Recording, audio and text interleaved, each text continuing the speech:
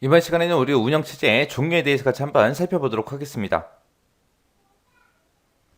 자, 우리 운영체제 종류에 보게 되면 이제 윈도우라는 것도 있고 유닉스도 있고요. 그 다음에 이제 리눅스라는 것도 있고 그 다음에 이제 맥 OS라는 것도 있고 우리 스마트폰에서 사용하는 안드로이드, iOS 그런 것들이 있습니다.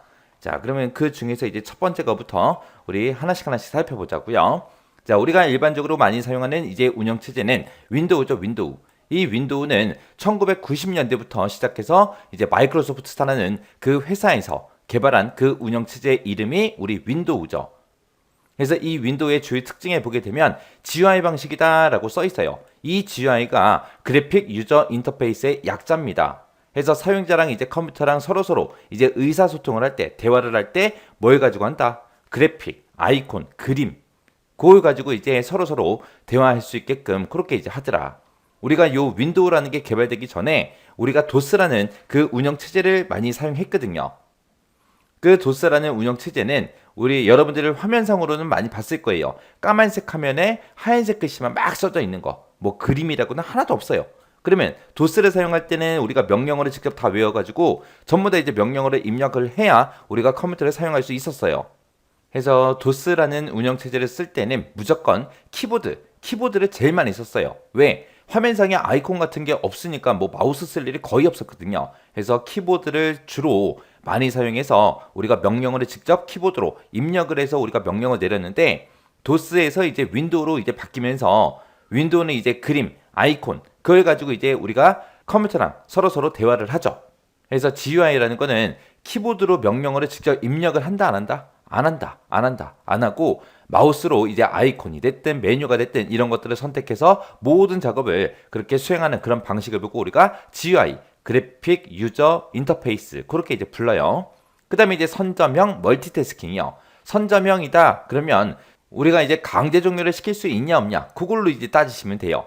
선점형의 반대가 비선점인데 비선점은 강제 종료를 못 시키는 걸 보고 얘기하는 거고 선점형이라는 거는 우리가 얼마든지 강제 종료를 시킬 수 있는 거 그걸 보고 우리가 선점형이라고 해요. 예전에 이제 도스라는 이 운영 체제를 이제 사용을 할 때는 여기서는 이제 내가 만약에 뭔가 프로그램 하나 실행시켰는데 그 프로그램에서 오류가 생겼어요. 오류가 생기면 이제 컴퓨터가 멈춰버리겠죠. 그러면 우리가 강제 종료를 못 시키니까 컴퓨터를 그냥 껐다 키는 그 방법밖에 없었어요. 근데 우리가 모든 가전제품이 다 그렇듯이 그냥 강제로 막 껐다 켰다 해버리면 그만 고장 나겠죠. 근데 이제 윈도우로 넘어오면서 이제 선점형 이제 멀티태스킹이 된다고요. 선점형이라고요. 그래서 우리가 윈도우 상에서 뭐 여러 가지 프로그램을 쭉 띄워놓고 사용하다가 만약에 인터넷상에서 오류가 생겼다? 그러면 인터넷 하는 그 프로그램만 강제 종료시켜버리면 되잖아요. 그래서 강제 종료시킬 수 있는 게 선점형이고요. 그 뒤에 보면 이제 멀티태스킹이라는 말이 나는데 멀티태스킹은 여러 가지 작업을 동시에 이제 처리하는 걸 보고 우리가 멀티태스킹이라고 해요. 예전에 과거에 이제 도스라는 이 운영 체제를 쓸 때만 해도 내가 만약에 뭐 문서 작성하는 그 프로그램에서 문서를 한 100장을 만들었어요. 그 100장을 만들어 놓고 그 100장을 만약에 내가 프린트를 했어요. 인쇄해라. 그리고 프린트를 시켰습니다. 그러면 그 인쇄 100장이 다 나올 때까지 아무 작업도 못해요. 그냥 그게 다 나올 때까지 기다렸다가 그게 인쇄가 다 끝나면 그 다음에 다른 작업을 했다고요. 근데 우리는 지금 윈도우를 쓰면서 여러 가지 작업을 동시에 처리할 수 있죠. 여러분들 컴퓨터 키자마자 메신저 켜놓고 노래 틀어놓고 인터넷 할 수 있죠. 그런 걸 보고 이제 멀티태스킹 그렇게 이제 부르는 거예요. 그래서 동시에 여러 개의 프로그램을 실행할 수 있는 그런 멀티태스킹을 하면서 운영체제가 각 작업의 CPU 이용 시간을 제어해서 응용 프로그램 실행 중에 문제가 발생했을 때 그 해당 프로그램은 뭘 할 수 있다? 강제 종료를 시킬 수 있다. 그리고 모든 자원을 전부 다 반환하는 그런 방식을 보고 우리는 선점형 멀티태스킹이라고 한다. 그렇게 이제 기억하시면 됩니다. 그 다음에 이제 PMP요. PMP가 이제 플러그 앤 플레이의 약자예요. 플러그 그럼 꽂다 그런 뜻이죠. 그리고 엔드가 그리고 플레이가 실행된다 그런 뜻이요. 그래서 꽂으면 실행된다 그 뜻이요. 그래서 우리가 요즘에 지금 만들어지는 키보드가 됐든 마우스가 됐든 아니면 여러 가지 기타 장치들을 봤을 때 전부 다 USB로 생겼어요. 그리고 우리 뭐 이동식 하드디스크 같은 것도 전부 다 USB로 돼 있죠. 그래서 USB로 우리가 컴퓨터에 갖다 꽂아 놓으면 지가 알아서 그 해당 장치를 사용할 수 있게끔 그렇게 만들어 주죠. 그게 이제 PMP 때문에 그런 거예요. 이런 PMP 기능이 없을 때 없을 때를 생각해 보자고요. 이런 PNP 기능이 없다. 그러면 내가 만약에 뭐 특정 장치를 하나 사왔어요. 사오면 그거를 이제 컴퓨터에서 그 장치를 인식할 수 있게끔 우리가 프로그램을 직접 전부 다 설정해 줬다고요. 근데 이 PNP라는 기능이 있기 때문에 우리는 그냥 꽂으면 바로바로 쓸 수 있게끔 그렇게 이제 된 거예요. 그래서 PNP가 다른 말로 자동 감지, 자동 인식 그렇게 이제 불러요. 그래서 컴퓨터 시스템에다가 이제 프린터가 됐든 사운드 카드가 됐든 이런 하드웨어를 설치를 했을 때 해당 하드웨어를 사용하는 데 필요한 그런 환경, 시스템 환경을 운영체제가 어떻게 해준다? 자동으로 구성해 주더라. 그래서 우리가 꽂으면 바로바로 쓸 수 있게끔 그렇게 이제 만들어주는 게 우리 PNP라는 그 특징입니다. 그 다음에 이제 OLE요. OLE라는 거는 우리말로 개체 연결, 개체 삽입이요.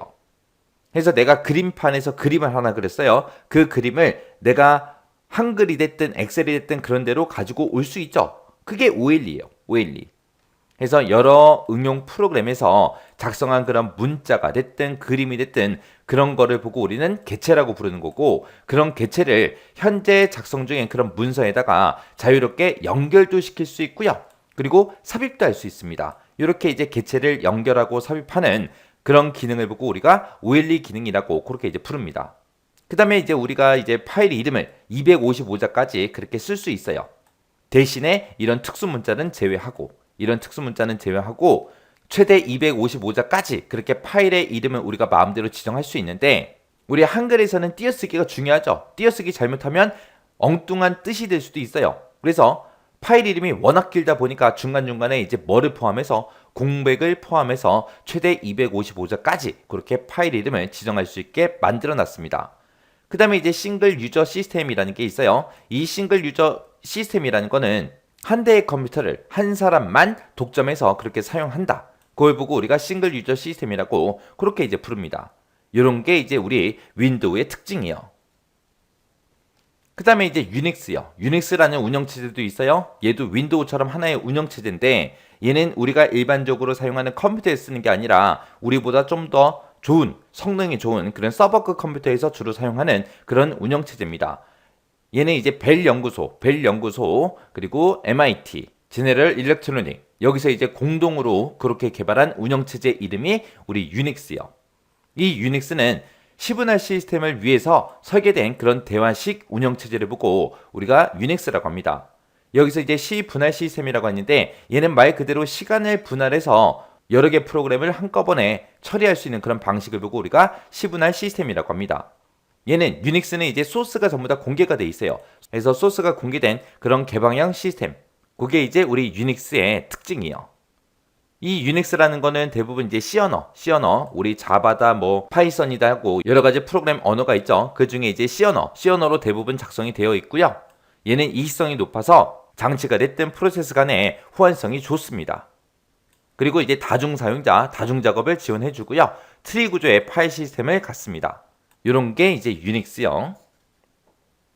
그때 유닉스 시스템을 구성하는 거를 크게 세 가지로 나누게 되면 이제 커널이라는 게 있고 셀이라는 게 있고 유틸리티라는 게 있고 이렇게 이제 세 가지가 있습니다. 커널이다 그러면 커널이라는 거는 우리 유닉스에서 가장 핵심적인 그런 부분을 보고 우리가 커널이라고 해요. 이 커널은 하드웨어를 전부 다 보호를 해주고요. 프로그램하고 하드웨어 간의 중간에서 이제 인터페이스 역할을 담당하는 게 우리 커널이요. 그래서 커널은 우리 CPU, 프로세스 같은 것도 관리해주고요. 기억 장치도 관리해주고 파일 관리도 해주고 입출력 관리도 해주고 프로세스 간의 통신이 됐든 데이터 전송 및 변환이 됐든 이런 여러 가지 핵심적인 그런 기능을 수행하는 게 커널이요. 그래서 유닉스에서 가장 핵심적인 그런 부분이 커널이다. 그렇게 이제 기억하시면 되고요. 쉘이라는 거는 사용자가 이제 명령어를 쓸 거 아니에요. 그 명령어를 인식해서 해당 프로그램을 이제 호출을 하고 명령을 수행하는 그런 명령어 해석기를 보고 우리가 셀이라고 그렇게 부릅니다. 요 셀이라는 게 이제 시스템하고 사용자 간의 인터페이스를 담당해줘요.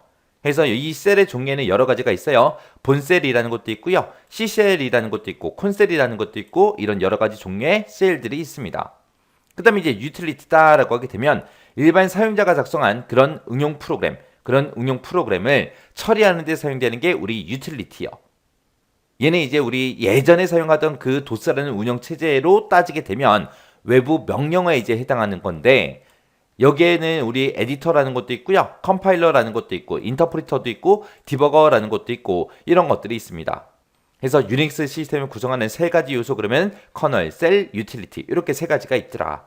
그 중에서 가장 핵심이 되는 게 뭐다? 커널이다. 커널. 그 다음에 명령어 해석기를 다른 말로 뭐라고 한다? 셀이라고 하더라. 셀. 그리고 일반 사용자가 작성한 그런 응용 프로그램을 처리할 때 사용하는 게 뭐다? 유틸리티 프로그램이다.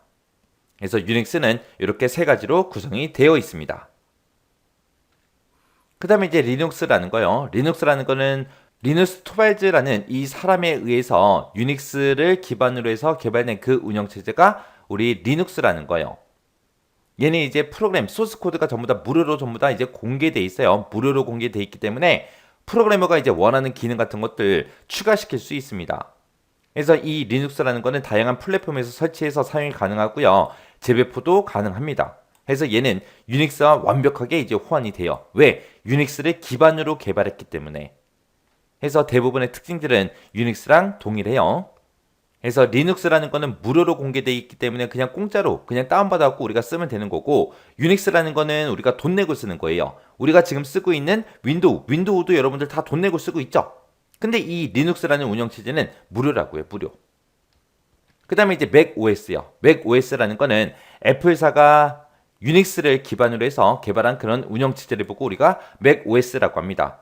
그래서 얘는 아이맥이 됐든 맥북이 됐든 그렇게 이제 애플사에서 생산하는 그 제품에서만 사용이 가능한 그런 운영체제가 맥 OS요. 그래서 얘는 드라이버 설치가 됐든 인스톨과 언인스톨 이런 과정이 단순해요. 그런 특징 가지고 있는 게 우리 맥 OS요.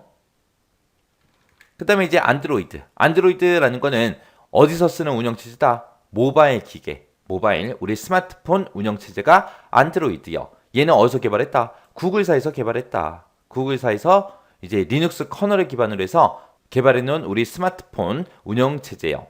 얘는 모든 코드가 이제 공개된 개방형 소프트웨어예요.